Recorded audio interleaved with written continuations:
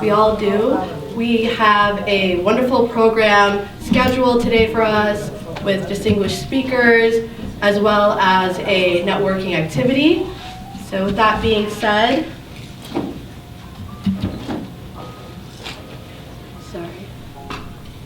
we will start our Quran recitation, and inshallah that will be with Adar Sultan, inshallah. Oh, okay. Okay, Ismail Fanchar, please, thank you for coming. Please. Yeah.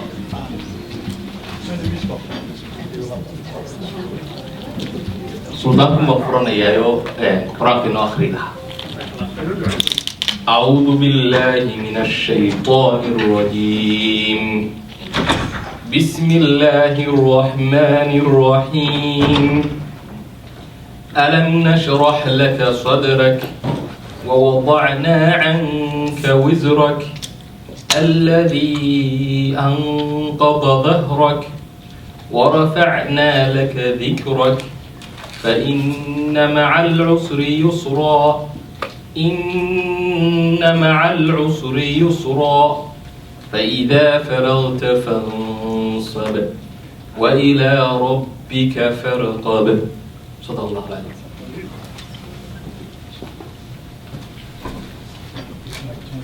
Thank you so much, I appreciate it. So next, we will have Yasin Nanak to talk about SLPA and its background. Help me welcome Yasin, guys.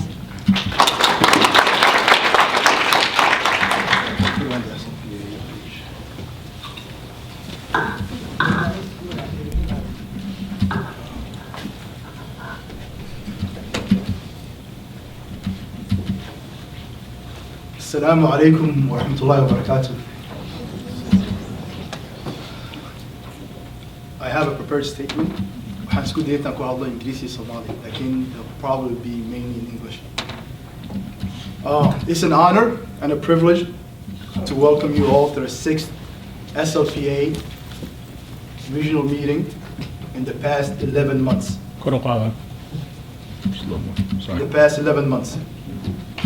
Over the past several months, we've moved across America like a caravan.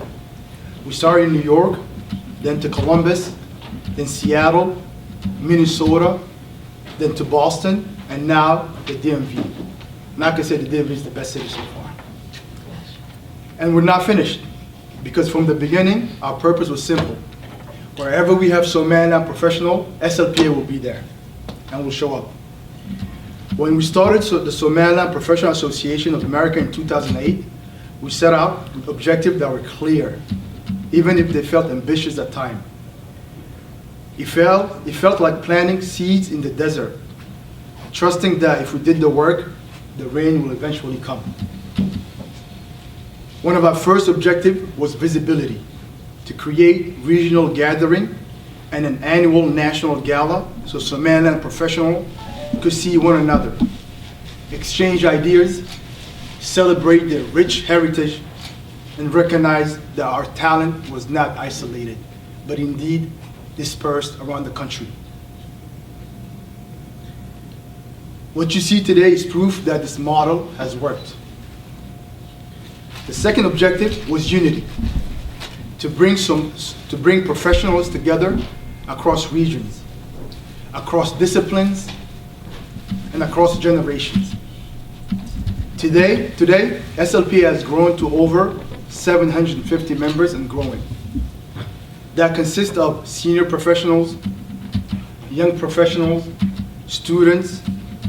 Most of them working every day in their respective fields, contributing to the American dream quietly and consistently. The third objective was mentorship, not as a slogan, not as a buzzword, but as a mechanism, connecting experience to opportunity. And over time, that mechanism has worked. Members who engaged through SLPA moved into roles aligned to their training and ambitions, not because of shortcuts, but because guidance matters, and above all, network matters. SLPA was never meant to be a social club. From the beginning, we believed that professional class carries responsibility beyond itself. and that belief has inspired our work both here and in the United States. During COVID-19, our members mobilized and raised over $100,000 for relief effort in Somaliland. After the Wahain market disaster, we raised another $50,000 to support the recovery effort. These were not isolated moments. They were part of a broader commitment to act when circumstances demanded. And beyond emergency responses, our focus shifted to what lasts. We partnered with government institutions, educational system, civil society organization, and community actors to build capacity, mentor emerging leaders, and share professional knowledge. The work was practical. It bolstered institutions. It improved how ideas move from discussion to execution. Because real change is not announced. It is built, and built slowly and consistently. Consistency matters like a willow plant. If you don't keep water in it, it stops growing. And with the blessed month of Ramadan upon us, it is also noting that for 7 consecutive years, SLPA has raised funds to support vulnerable communities, helping build schools for orphans, provide food assistance, and reach families across Hargeisa, Borama, Bur'o, Arigabo, and this year we're going to Ainabo. City by city, year by year, quietly, steadily. In fact, we've surpassed our fundraising goal every year.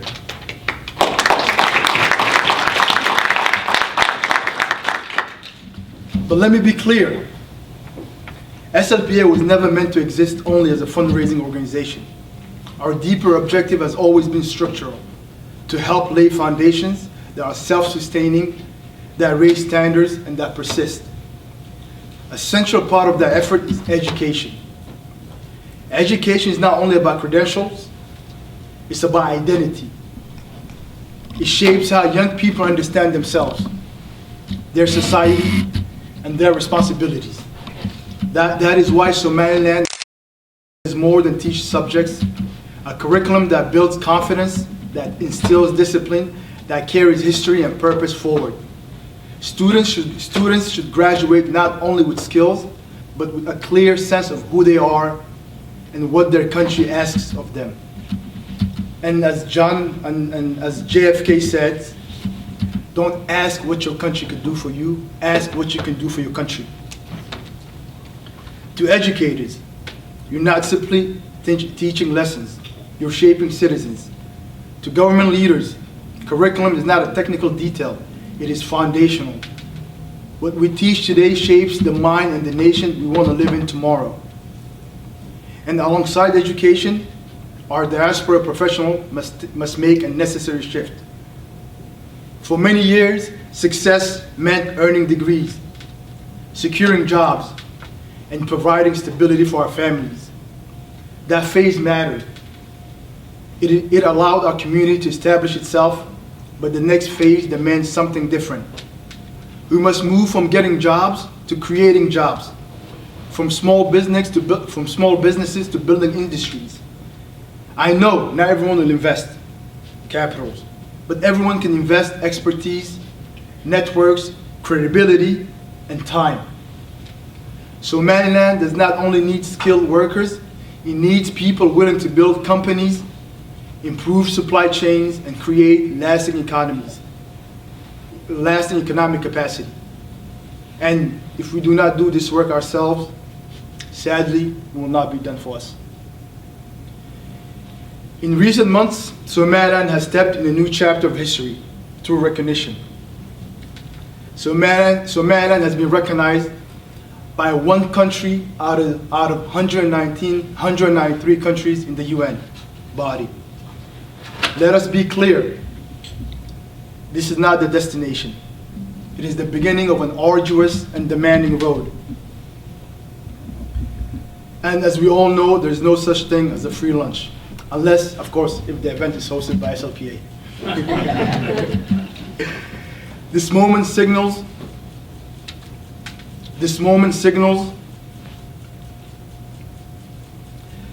This moment signals a momentum. It raises expectations. It calls not for celebrations, but for responsibility. And to those who question Somaliland's place in the world, hear this clearly. Somaliland has arrived. You may delay the recognition, but you cannot erase resolve. You may oppose the moment, but you cannot extinguish the will of a people, millions strong, who have waited, worked, and sacrificed to drive their own destiny. That will has arrived. For SLPA, this moment reinforces our purpose. A country moving forward needs professionals, engineers, educators, analysts, doctors, civil servants, financiers, and builders ready to support. History shows that a moment like this, the diaspora plays a big role. They bring skills, they bring coordination, and above all, they bring perspective. Our role is to convene, not to replace the state, but to participate as citizens. To do that well, we must be honest about who we are. We're Somalilanders, and we're Americans. These characteristics do not compete. They reinforce one another. The United States has never required newcomers to abandon their origin, but only to contribute. And that we've done. Across medicine, technology, finance, education, research, government, and businesses. We've contributed. Supporting Somaliland is not a rejection of America. It is a testament of what America has enabled us to become. And to the students,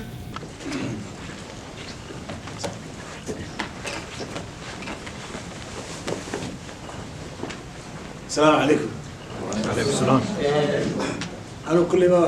I'm going to take a short and speech a little bit, but I want to thank you for the good guys here. Anyone who a member of SLPA, please stand up. Yeah, stand up.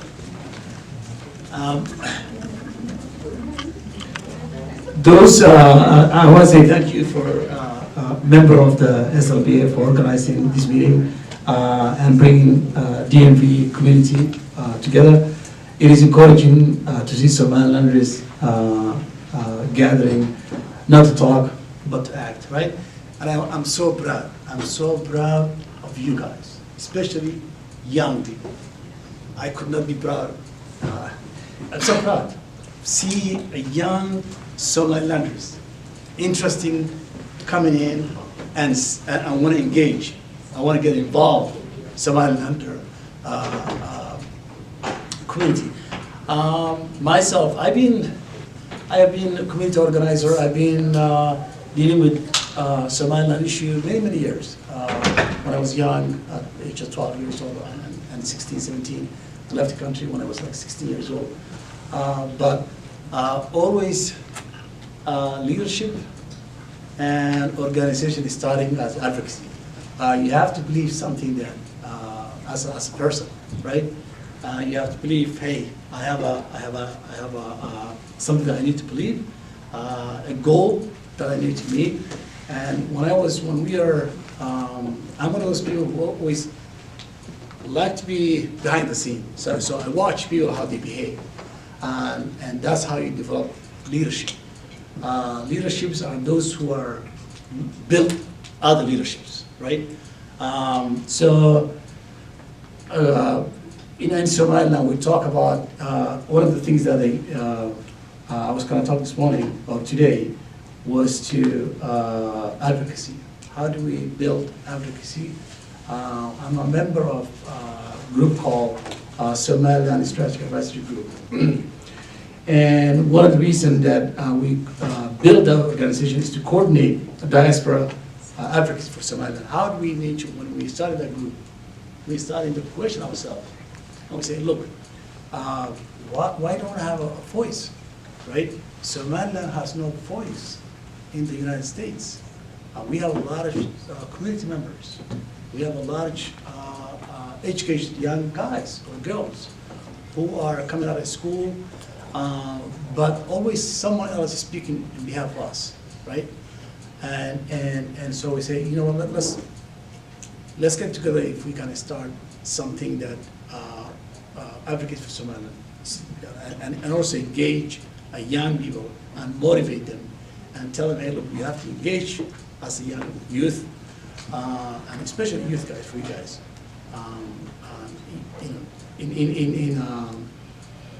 in a way of be proud who you are, right? As some young Somalilanders. And when you are proud, then you have a sense of belong to community, sense of you know who you are, your community. Because in our Somaliland society, we don't have that many voices in this country, right? We don't have that many voices. When you look at the social media, when you look at the news outlets, when you look at the, always we are missing. And the reason is we're missing, not because we don't like Somaliland, not because we don't have the education, not because we are very proud people, right? We don't like confrontation sometimes, most of the time, and our young people inherit that.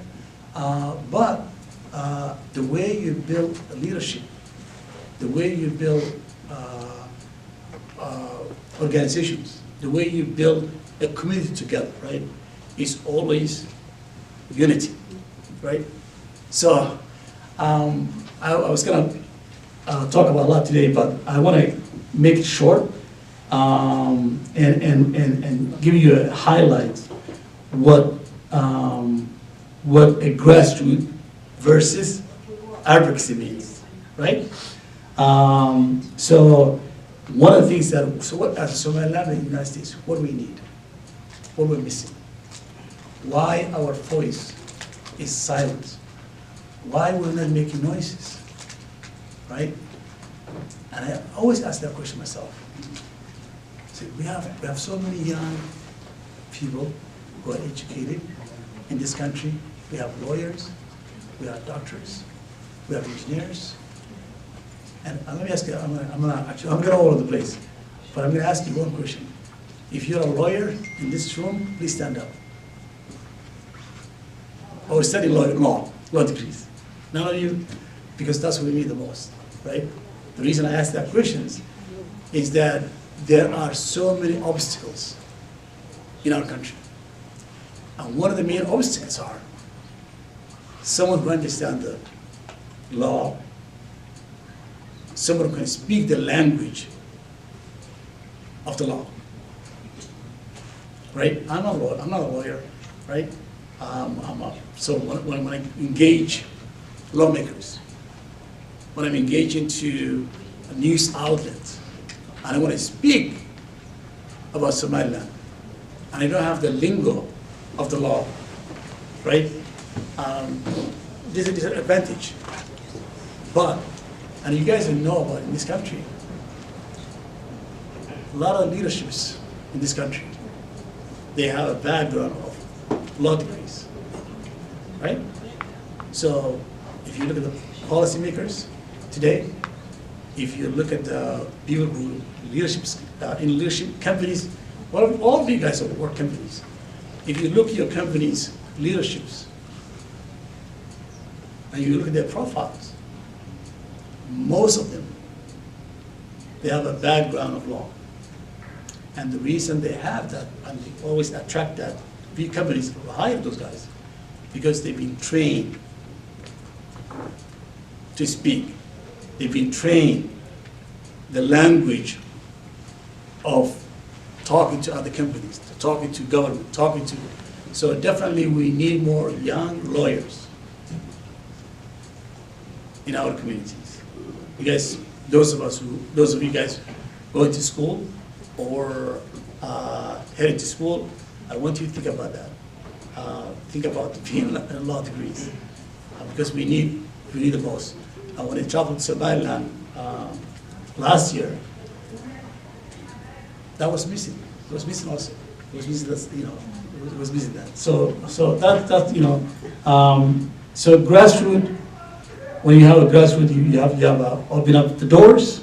Advocacy give us the room.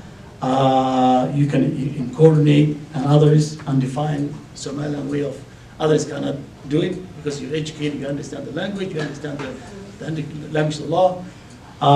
So definitely for the youth, always try to empower others as a young person, right? Empowerment is another thing that's very important.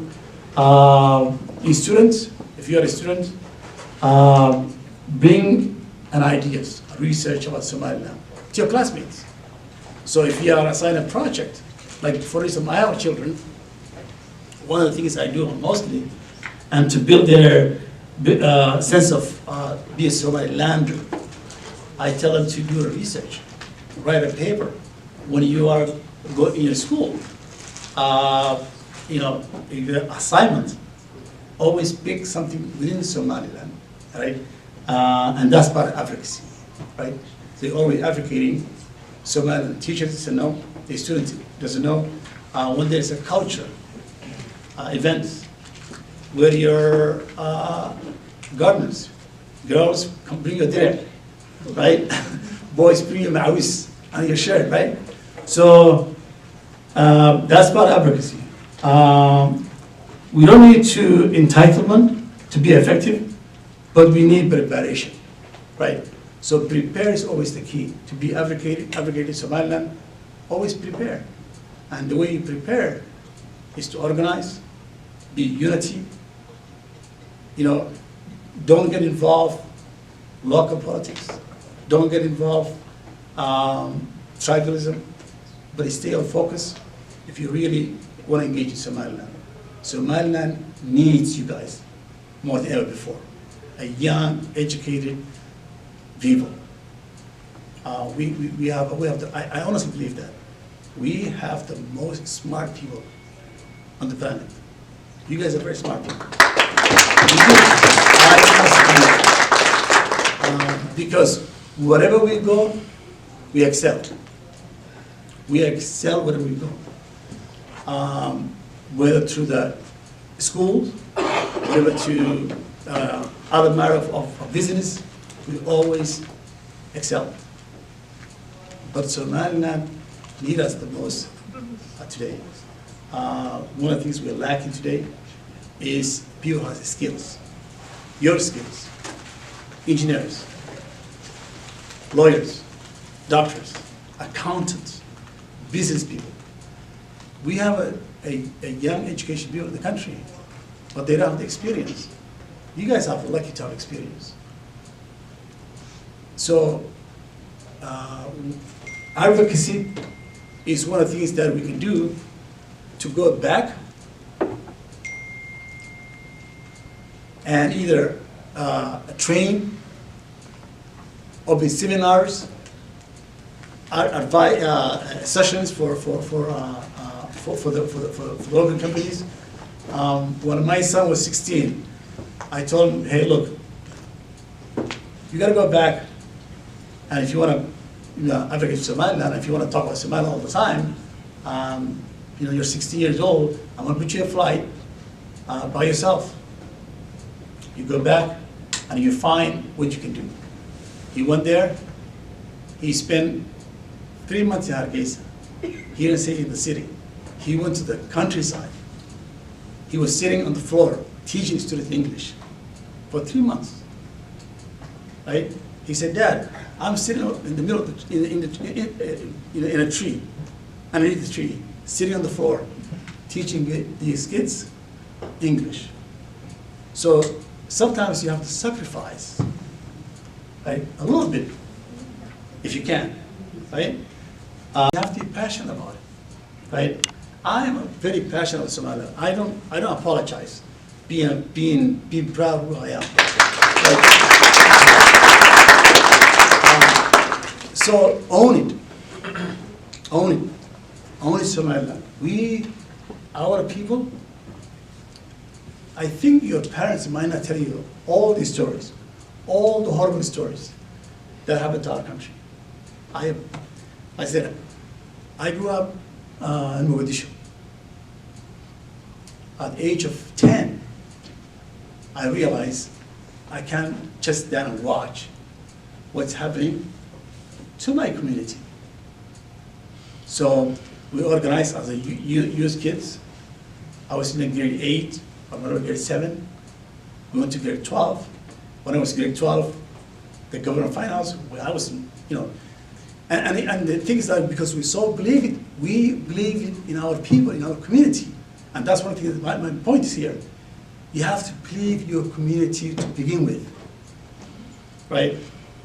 And we know that when you organize it as a group, we could have got end up in jail, we could have got killed. I ended up in jail multiple times, right? But it doesn't matter, because you believe something. So I own Somaliland, I own it, I don't apologize to it, I'm a proud Somaliland, and I want you to be a proud Somaliland. When you talk about somebody who says, where are you from? I'm from Somaliland. Don't say I'm Somali, right? I'm from Somaliland. And be proud of it. So and I'm going to go back to the earlier, my group membership. I'm here for. There's a group called ZAG. ZAG exists to ensure Somaliland advocacy in the United States. It's strategic, credible, coordinated, and we normally work with the diaspora and also the lawmakers. So remind ourselves, right? Validate your always emotion. Right? So because we normally have a human being. So validate your emotions, bring back unity, another thing. So our frustration is real. Our threat is real. And so be mindful. Without structure, we can't move policy. So you have to have a structure. When you're building advocacy, when you're building community, you have some sort of structure, right? And to come to my end of that talk, fragmentations weakens our society, right? So stay away from fragmentations. What can cause fragmentations? If you're building community, if you're building advocacy, if you're building, so fragmentation is one of the things that in our community that we are aware of it, is qabiyat, right? If you believe Somaliland, if you believe you are a true Somalilander, stay away from qabiyat. Put that aside away. If your parents telling you, no, I'm first Somalilander, I don't care who. So don't be loyal to qabiyat, loyal to Somalilander.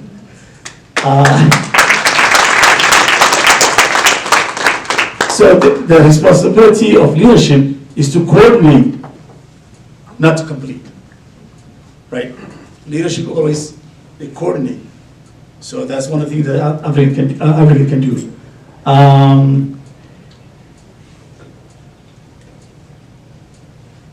So your guys, the next generation, doesn't need to be motivated. The path for you guys as a youth, is to work together, right? Find each other. Like this group here, we are gathered together like this group, current groups. Support that group. So the future for Somaliland will be shaped those who combine passion, right? Like I said earlier, prepare for discussions, questions when you get together. Ask hard questions. Why are we here? What are we doing? What are we going to do in Somaliland? How do we need to get engaged? Where are we going to get engaged? Who do we need to engage? Right? So at the end of another thing that we can do for advocacy is to lobby for Somaliland, right? How do we lobby? How do we engage lawmakers? Right? Writing piece of paper, right? If you write it every single day, one piece of paper, and you send that to a lawmaker, you're doing a great job. I do 7 days a week. 7 days a week, I engage with somebody. Not through organization, but my own time. It doesn't take me that long to write a one paragraph piece of paper about Somaliland and sending one of the lawmakers.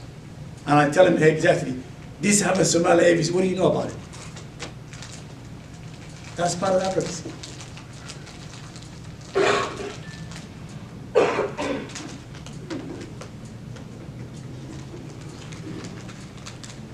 So the youth and students, why youth engagement is critical, right? The role of the students play a key role. Your role as a student, if you're a student, like I said earlier, is to messaging, literacy, mentorship, right? If you can gather, if you're a lawyer, if you're a doctor, if you're a engineer, see if you can go one of your colleagues, or another Somalilanders, find those communities. See if you can do mentorship. I've done many mentorships myself. So if you're an engineer, if you're IT, that's a part of advocacy. You reach out, you say, hey, we have a young people coming out of school, if you're church students, and you're a senior here, and you have no job, look for another Somalilander if you can mentor that person, right? Mentorship is another one.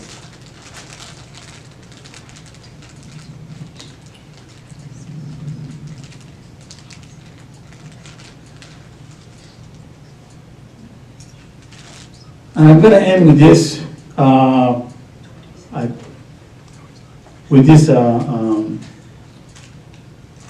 code.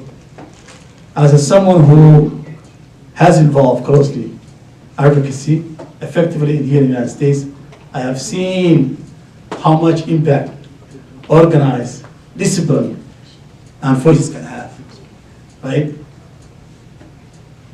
So advocacy, if you have a voice and you have goals you need to meet, it can work. It will work.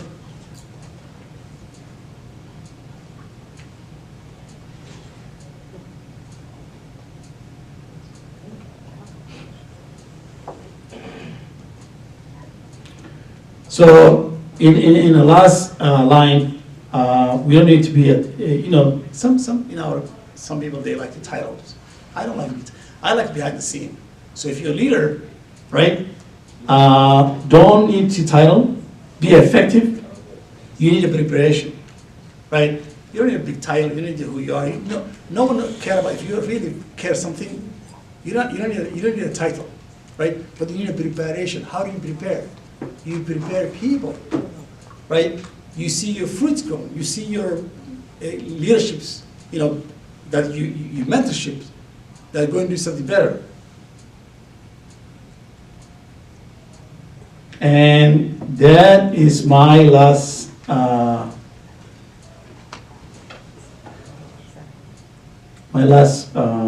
note for today.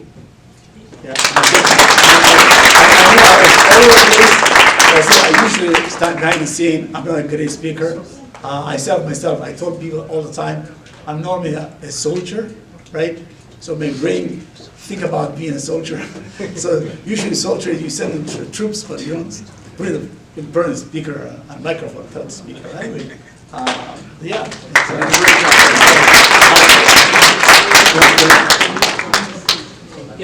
Others, thank you so much.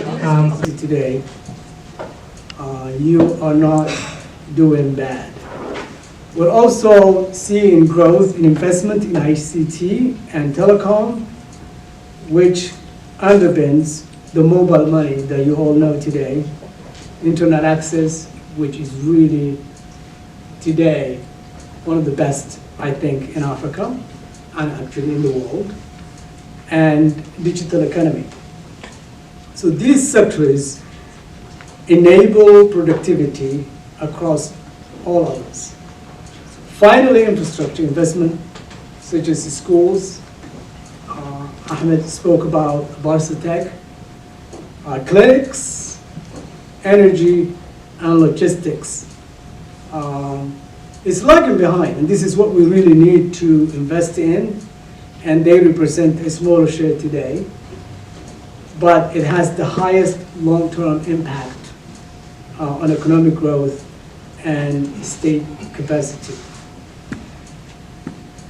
The takeaway for me is that diaspora investors are not speculating, they are allocating capital to sectors that create jobs, stabilizes cities, and support the long-term development of our country. Now I want to talk about the financial inclusion. I think financial inclusion in our country is one of the best in Africa. Somaliland's small first economy, which is, the transactions happens through mobile. If you go to Hargeisa today and you want to buy a tea, let's say, for 2,000 shillings, you will pay ZAD into it, or mobile, Habshil mobile. And the next, so the mobile inclusion, financial inclusion is really exists in real time. As you can see, 70%. You go to, I went to Mili, and we stopped in and we asked them to give us milk, and we paid in ZAD. And these nomads could accept mobile money. So financial inclusion is at 70%. However, there are some challenges. Access to credit and saving instruments really remain limited, especially for youth and women. That's why at Habshil, we started, when I was there, microfinancing for women. And we invested about 1,000 women with about $3,000 to $5,000 a piece. And guess what? They were all successful. They all made money. Some of them have today more than $1 million business. So these are really the challenges, inclusion in terms of finances. And because we're not a recognized country, we do not have these resources. Next slide, please. Now what are the challenges? Investing in Somaliland comes with really several key challenges. In my experience, the first was the regulatory gaps. If you're an unrecognized country, you always have regulatory gaps. Laws were often fragmented, and enforcement was not consistent, and that created really uncertainty for investors, especially for foreign investment. The second challenge is access to finance.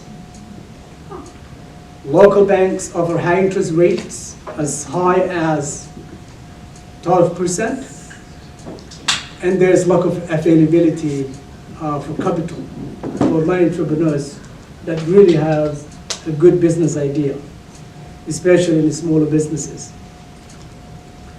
I think the third key challenge is infrastructure deficiencies, including unreliable energy, inadequate transport, and challenges that make operating business more costly and inefficient. The last but not the least, in Somaliland, doing business is the political instability and security concerns.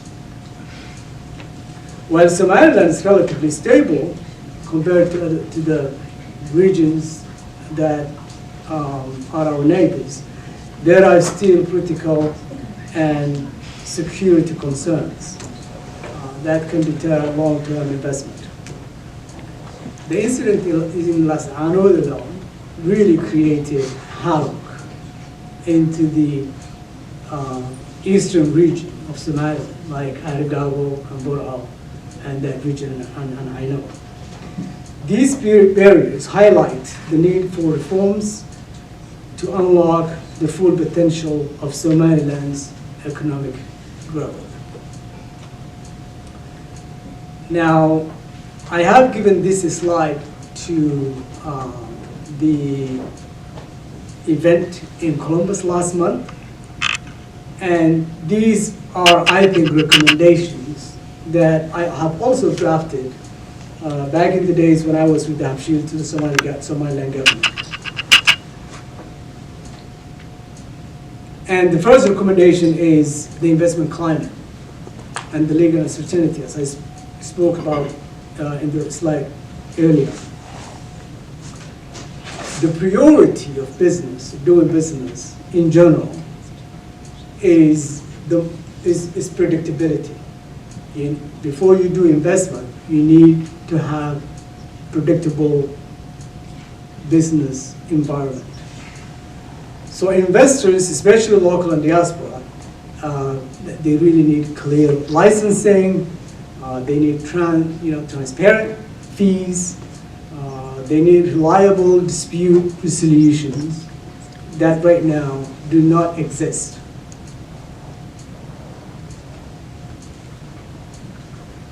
We also need to strengthen the courts and commercial arbitration in the country. We have them right now, but it's in its infancy, and it's inadequate, and it's not practiced in a way and manner that can support a business in international scale. I think the second most important, also key and recommendation to these challenges is infrastructure. The most realistic approach is concession-based public-private partnership. Now we're becoming a country that's welcomed into the real world. We need to have these. And Somaliland already, as you know, has experiences in ports, which is public-private partnership. We have that in the telecom, and we have that in the energy sector. But we need to make it more robust. So long-term lease and user fee models also is important, which would allow private investors to recover costs without borrowing sovereign money. These are, I think, some of the challenges. And the third one is the diaspora and SME investment that we need to, that the government actually needs to focus on right now to bring young entrepreneurs like you to the country. So together these measures leverage Somaliland's stability. It will leverage Somaliland's private sector, strengthen the diaspora capital to go back home and invest in our country while working within the current political and institutional realities.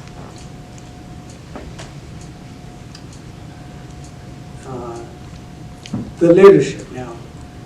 In Somaliland, leadership and state building go hand in hand. And it has been, as Ahmed spoke about that in his speech, they are linked closely in the private sector. I met with a gentleman called Mullah in Djibouti. Mullah is an entrepreneur. He's in Djibouti. He's probably in his 90s now. But he single-handedly financed Egal, 100% in his government. Egal did not have a penny when he became president, and he didn't know what to do. He went to Djibouti, and this is where leadership in business and state building meet. So businesses have often, critical gaps in creating jobs and delivering services and building trust where formal institutions are still developing. So professional leadership matters because it raises the standards, it strengthens accountability, and it also reinforces confidence in the system. Young people like you play a unique role in this area, not just as investors, but also as institution builders. This is where Somaliland Professional Association's expertise can help translate economic activity into a lasting state capacity.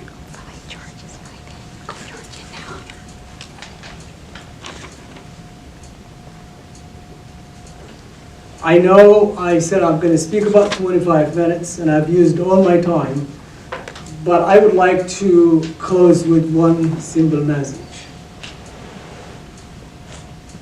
Opportunity alone is not enough organized leadership.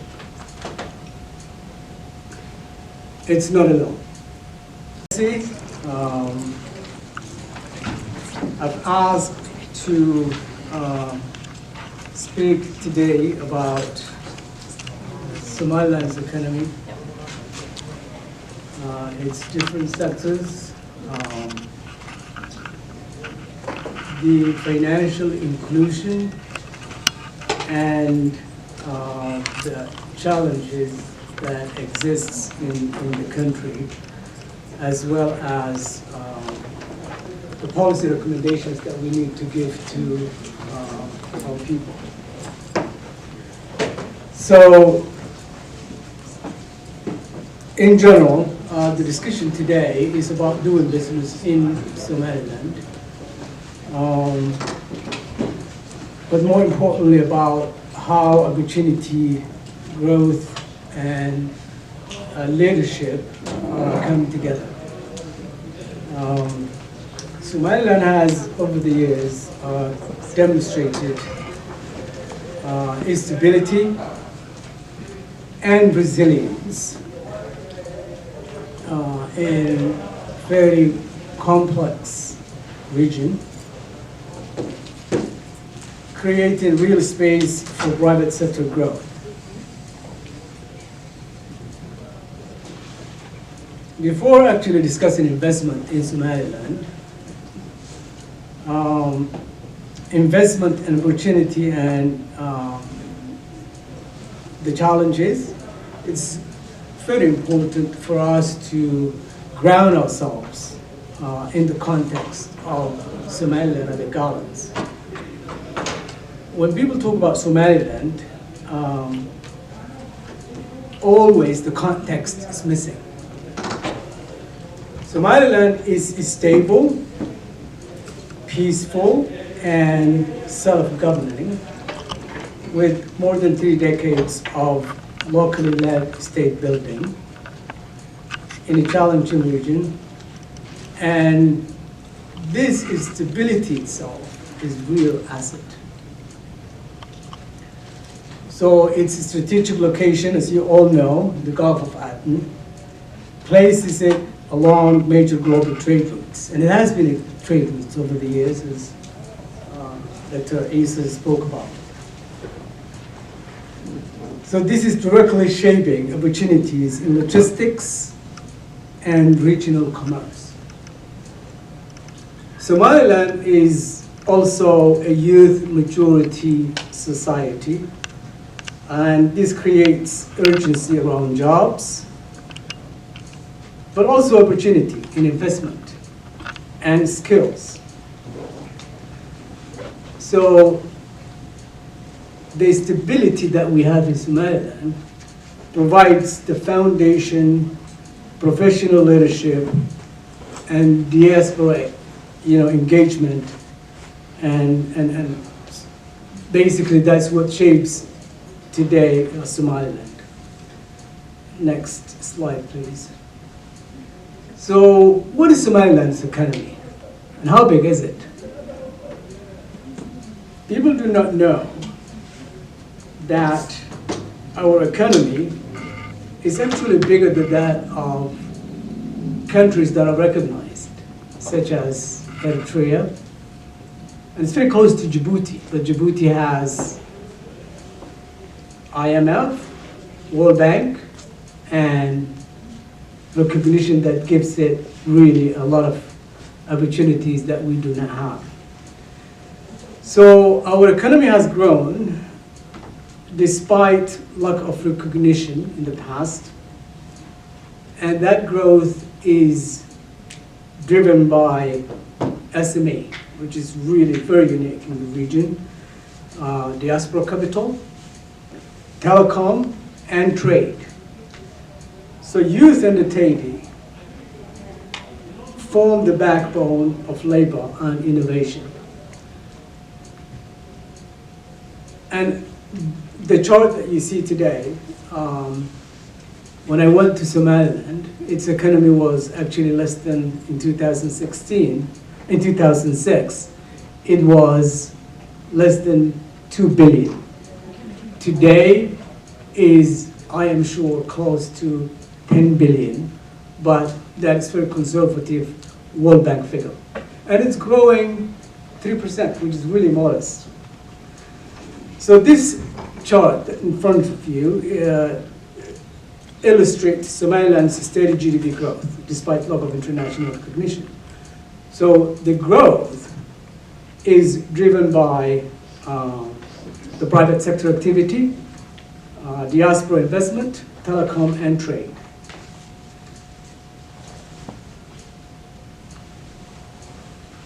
So Somaliland is kind of, let's just look at the current investment in the current landscape. The investment scene is led by SME, which is about 74% of the whole business. And the majority of these SMEs are investing under 100,000. Foreign ownership is very low, it's about 5%. And the key sectors of investment include agriculture, renewable energy, ICT, real estate, infrastructure. However, there are challenges, key real challenges that young people in here hopefully will tackle. These challenges are mainly regulatory gaps, limited access to finance, high cost of doing business, and skill shortages. Now, these underscore the need for infrastructure and scalable mechanism to channel diaspora talent, capital, into a sustainable future. Somaliland's economy is growing, and it's concentrated in key sectors where fundamentals already exist. Fundamentals exist in trade and logistics. It exists in IT and telecom, agriculture, livestock, and real estate investment. Also, in my experience while I was there, agriculture and livestock remain really the economic backbone, as you all know. With major upside in value addition now to the livestock, such as animal husbandry and processing, alaf or feed for the animals, and also export. In my experience, also over the years as CEO of the Hampshire Bank, we have seen a huge real estate and services expansion along the side of urban growth and private sector activity. So across these sectors, the key differentiator is not capital, but professional leadership. And diaspora engagement, which I think as Somaliland Professional Association can play a critical role. I was asked also to speak about how can the diaspora invest in Somaliland. Diaspora can invest through startups.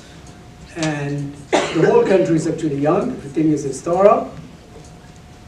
But I believe cooperatives like agri-processing and technology ventures are the main area that you cannot go wrong.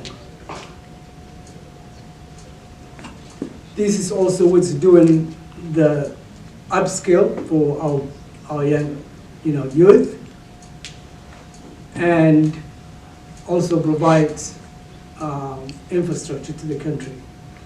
Diaspora capital is now concentrated in SME and real estate. But there's a growing interest in infrastructure and social sectors. These are really what we need to invest on, because this is what builds assets and investments rather than just consumption. This slide shows diaspora investment infrastructure and what's going on today in Somaliland. The largest share, as you can see, as we talked about in the previous two slides, is SME enterprises that are really leading our economy and our infrastructure. These are real businesses in trade, in services, light manufacturing. Hotels. Yeah. They were not meeting every day. They were meeting in little sub-clients and deciding what to do. So the lack of intervention, and he didn't understand. He thought nothing was going on. And I said, no. People are meeting more. I know. I talk to them all the time. They're meeting more. So that idea of doing things on our own without, no one gave any money to the Border Conference. $30,000. $30,000 was given by a group called Life and Peace Institute in Uppsala, Sweden. That's all, nothing else. While in Mogadishu, everybody was there. They were spending tons and tons of money. And the lack of intervention and foreign interference with our system results in the alignment that help us. And of course, personnel is important. I think we have to give credit to our second president, Mohammed Bayagal, because he's a statesman. He was there, even if you didn't like it, he was there at the right time. He was the right man for the job at that time. He was a person who could talk to the population and convince them to do something, to disarm the local militias. So I think the fact that Mohammed, and also because he was an intellectual. I had spent many hours arguing with him because we had an element of corruption in public finance, and I don't like that. So we always argued about that. But I realize now that if he wasn't there, he wasn't used the influence that he had, perhaps we would not have come together in this way, because he did not care about corruption to make money for himself or his family, and also cared about democracy. So he sowed the seeds of democracy at that time, and I think we have to give credit to Mohammed Al-Hayyagal. More than we normally do. We don't do that because he was a great man, I think. And with him many times, many nights, I had fights with him, but now I realize that he was there for a reason. God put him in that place for a reason.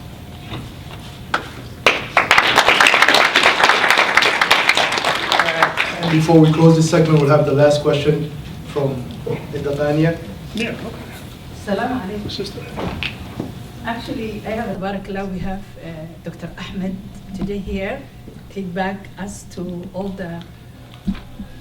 good days and all suffering of Somaliland, to the extent today you are like those people who are like saying that means to the I don't like the microphones. To the yani, today this is what you were waiting all your life, mashallah, with all of us, and that is a good. Going back to your lecture in talk, mashallah, there is one thing very important that you mentioned about, and they actually asked you, it was a good question that you guys asked. Our youth are very, at the beginning when they see that Israel recognized us, they all got freaked out, really. And not only you guys, the young people, we were part of that too. But I will tell you something. I had a debate for 3. One doctor, they're all family, kids, young kids like you, a lawyer and an engineer. All 3 of them are professional. And they said, no, Jabriero, you need to make us understand why we choose Israel than any other country to recognize us. There is a very easy way to tell you guys to understand that, and also share with the other youth, our youth. Usually we don't train them, our youth, Ahmed, in the houses, as we are in diaspora. We don't teach them qabyala, and we don't teach them hate, while the other part of Somalia are teaching them hate and qabyala. There was 2 little boys who are from Somaliland. I'm sorry to take that long, but I will make you guys back to the comment. And they were coming to their father and saying, Abo, they say, Wallahi, who we are.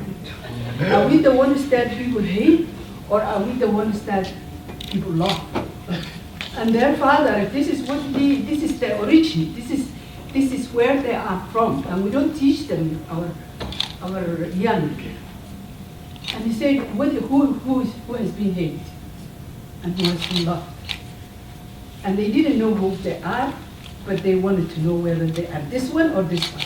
For South, they teach their kids short words, M-chat, and whatever, they spell out.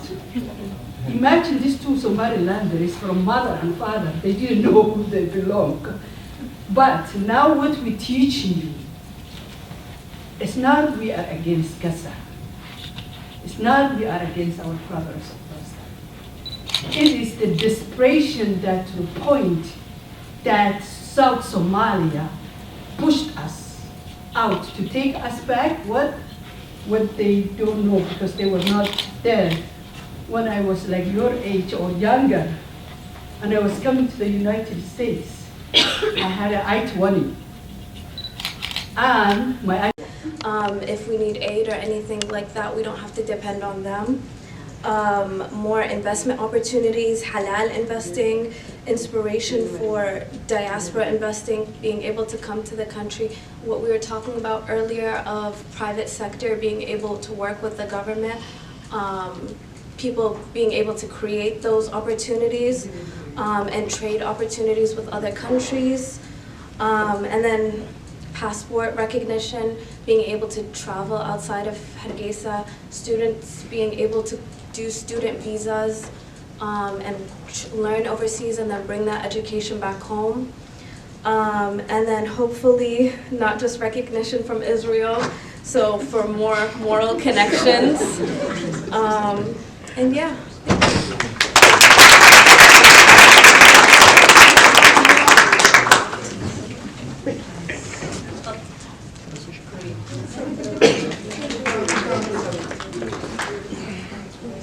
I think this table is being, inshallah. Do we have a speaker? Yes. Okay, I mean, right quadrant, second table. All right. Speaker coming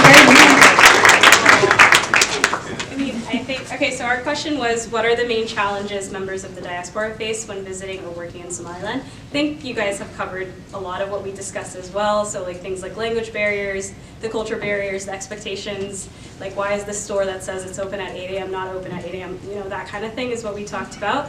And then also sanitation, of course.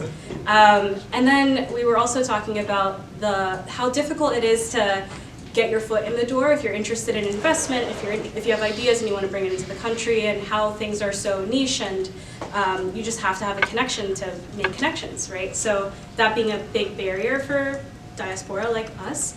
And then we also talked about there not being investment mechanisms for us, funds that we can, like investment mechanisms, that we can like pool our funds into. So we were thinking in terms of solutions, networking, of course, building out those connections so that we can, you know, get our foot into the door, but then also maybe developing things on our side in regard to investment mechanisms. Like, why wait for folks in Somaliland to create that? We're here, we're in the nation's capital, like we can bring together our resources, our education, and our know-how to make that happen ourselves. And then also not relying necessarily on the government to make that happen. So again, just putting the fire beneath our own feet and working together is the solution. So.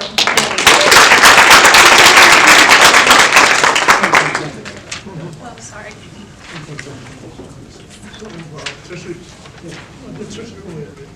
I'm very pleased with all the responses so far, alhamdulillah. We have one final table, I think, if that's correct, on this end. Already presented. We already presented? Okay. So then I think we're all good. Give a round of applause to yourself.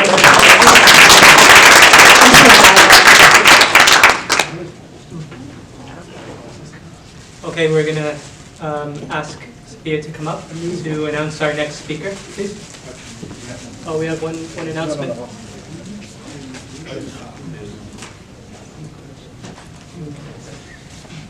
And before we move to our last speaker, hopefully we'll be the best, I want to give a big shout out and thank you to the community leaders that helped us and the representative here today. They're both part of SLPA and part of the community member, Shamis, Awo, and Hassan that just stepped up.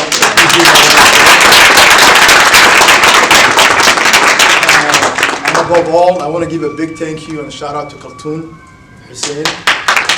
She's been one of our biggest supporter, biggest donor, and one of the longest community leaders in the DMV. So another round of applause for Khaltoon. And in that note, we could move on to our next speaker.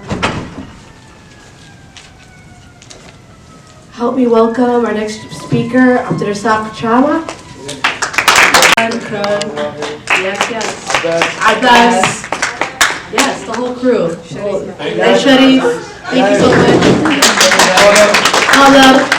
Yes. All the people behind the scenes. Yeah, all the people behind the scenes, thank you. So we really appreciate the support.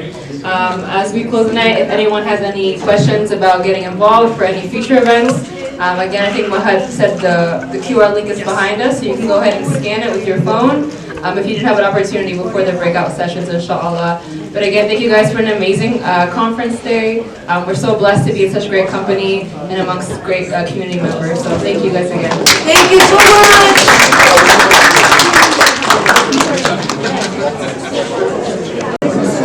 All right. So, would anybody like to volunteer to share their key takeaways? Anybody? Okay. We have a volunteer right here. and then we'll come to you after. Let's make sure that you guys don't have the same question first. Yeah, and we're gonna be sharing very quickly. Doing that interactive. Yeah, we're gonna be sharing quick takeaways, so not too long, Have the same inshallah. question. You guys have the same question. So, the beginning, I think the question is, yeah, it's the same thing. So, yeah, okay. We have Max, we have Abbas, and we have Yusuf Kennedy. Okay, so we'll start with these two tables first. Abbas, do you want to share? Okay, all right, we're gonna start over here. Yes, so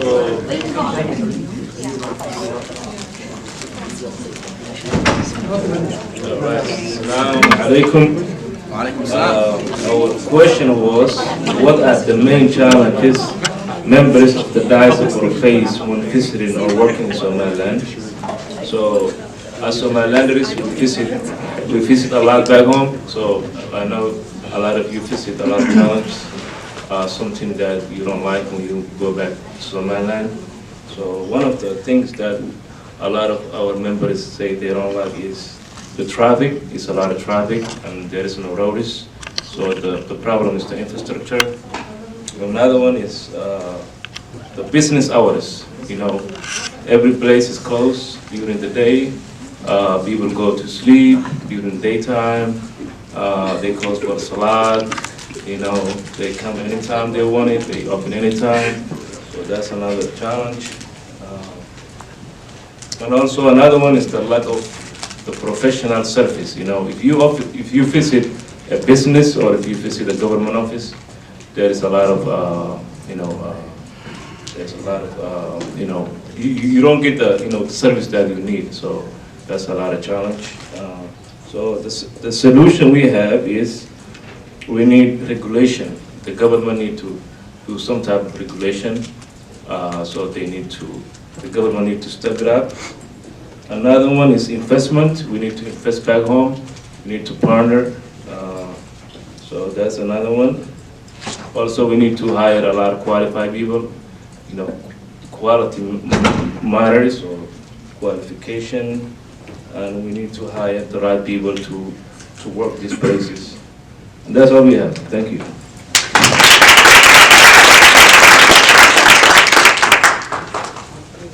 All right, we're going to invite this table here, but can I get a show of hands? Anybody on this side want to share? Okay, that table in the corner, very good. Anybody else? This table too. Which? Oh, okay, fantastic. Thank you. Assalamu alaikum. Okay, so our question was, beyond international recognition, what economic or institutional changes would most improve daily life in Somaliland? We touched on a number of subjects, growth in farming and agriculture, less dependency on imports, and more focus on becoming export nation. Also more focus on energy and electricity, and conservation of water is another thing that we can really focus on, creation of dams. All of this can bring an improvement in everyday life in Somaliland. And then some of the proposed solutions and takeaways that we discussed were us as diaspora investing in public relations and marketing for increased foreign investment. So we can not only have diaspora being a primary source of investment, but also having other countries starting to believe and invest in Somaliland. Setting regulations on qad was another thing that we talked about at our table. Really, I was there in 2022, and honestly, it's on every corner, and it's something that I think that at least if it's regulated, it's not going to go away. It's a part of the culture, but for the youth, it can really help with development. Another thing that we talked about was increased focus on tourism, and that comes down to us as a community investing in the country to make it a destination that a lot more tourists will be interested in. And then the last thing we talked about was focus on buying local and not imported products. So just kind of going back to putting our money back within the country. So thank you very much.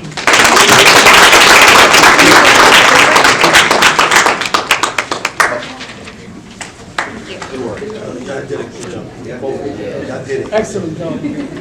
I think those were very excellent points. Can we have another round of applause? That was very So we have our next table. It looks like we have Adam, who is coming up to speak on his behalf. Let's welcome Adam.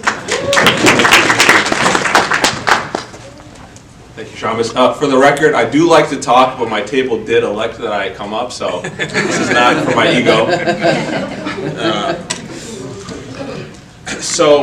Our question was, what are the main challenges members of the diaspora face when visiting or working in Somaliland? A lot of great points have already been brought up, so I'm going to try to bring in some new things too. Generally, a lot of us have visited Somaliland.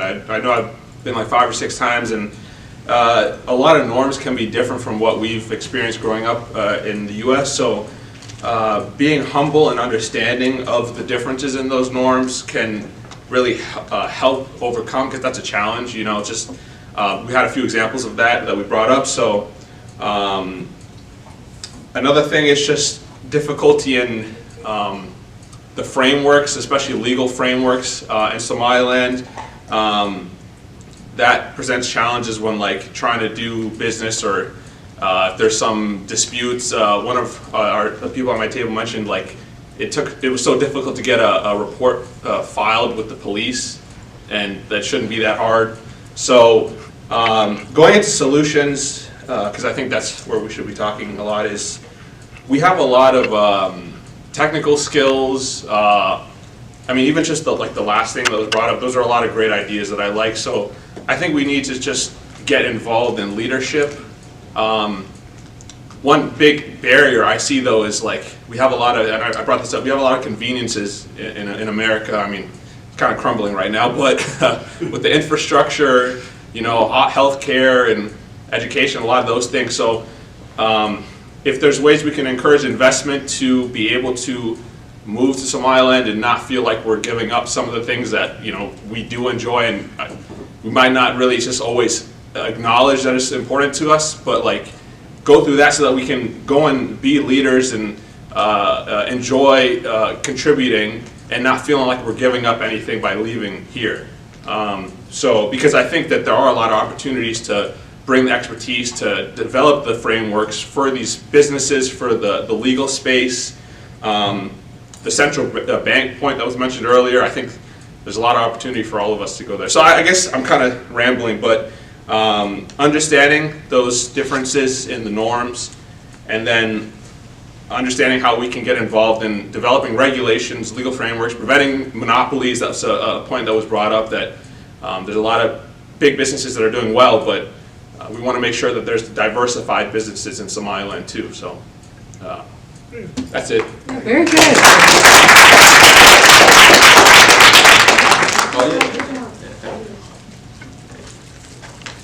Very nice job, Adam. Adam's table. Shout out to you guys. We have another speaker here.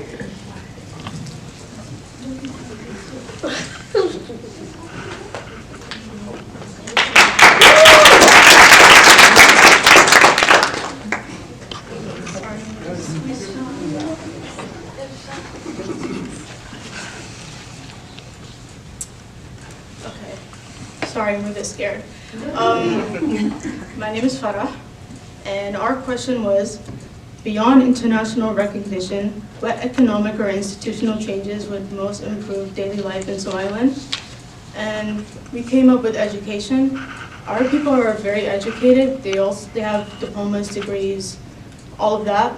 But once they get them, the opportunities stop there, because beyond Somaliland, they don't have any opportunities to actually use their diplomas and stuff. So what we thought of solutions would be using citizens within Somaliland for work opportunities instead of foreign workers. For the second point would be sanitation. We could have laws regarding littering, because we have trash cans in Hargeisa, but there's no trash in them. So what we could do is impose littering, laws regarding littering in the environment, and also consequences, maybe 5 years jail time, I don't know. But yeah, that's basically what we came up with. Thank you. Very nice, Farah.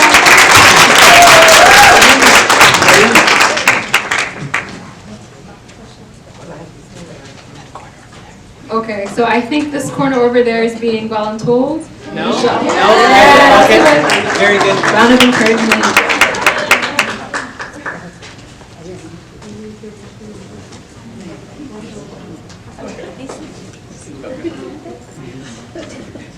So our question was, what does international recognition of Somaliland mean to you personally?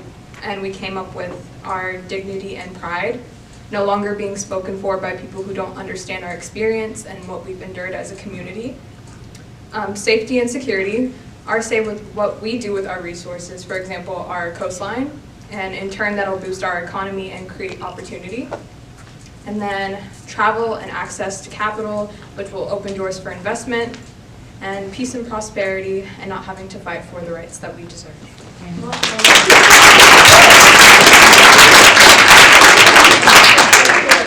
Can we get another round of applause? That was really good. Okay, I'm hearing that this table up front is next. Inshallah, yay! These are very good points.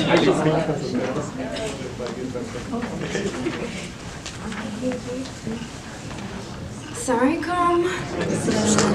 My name is Rasha, and our team, can you guys hear? Okay, yay. So the question that we got was, what does international recognition of Somaliland mean to you personally? And for us was, what we came up with was more freedom to not have to depend on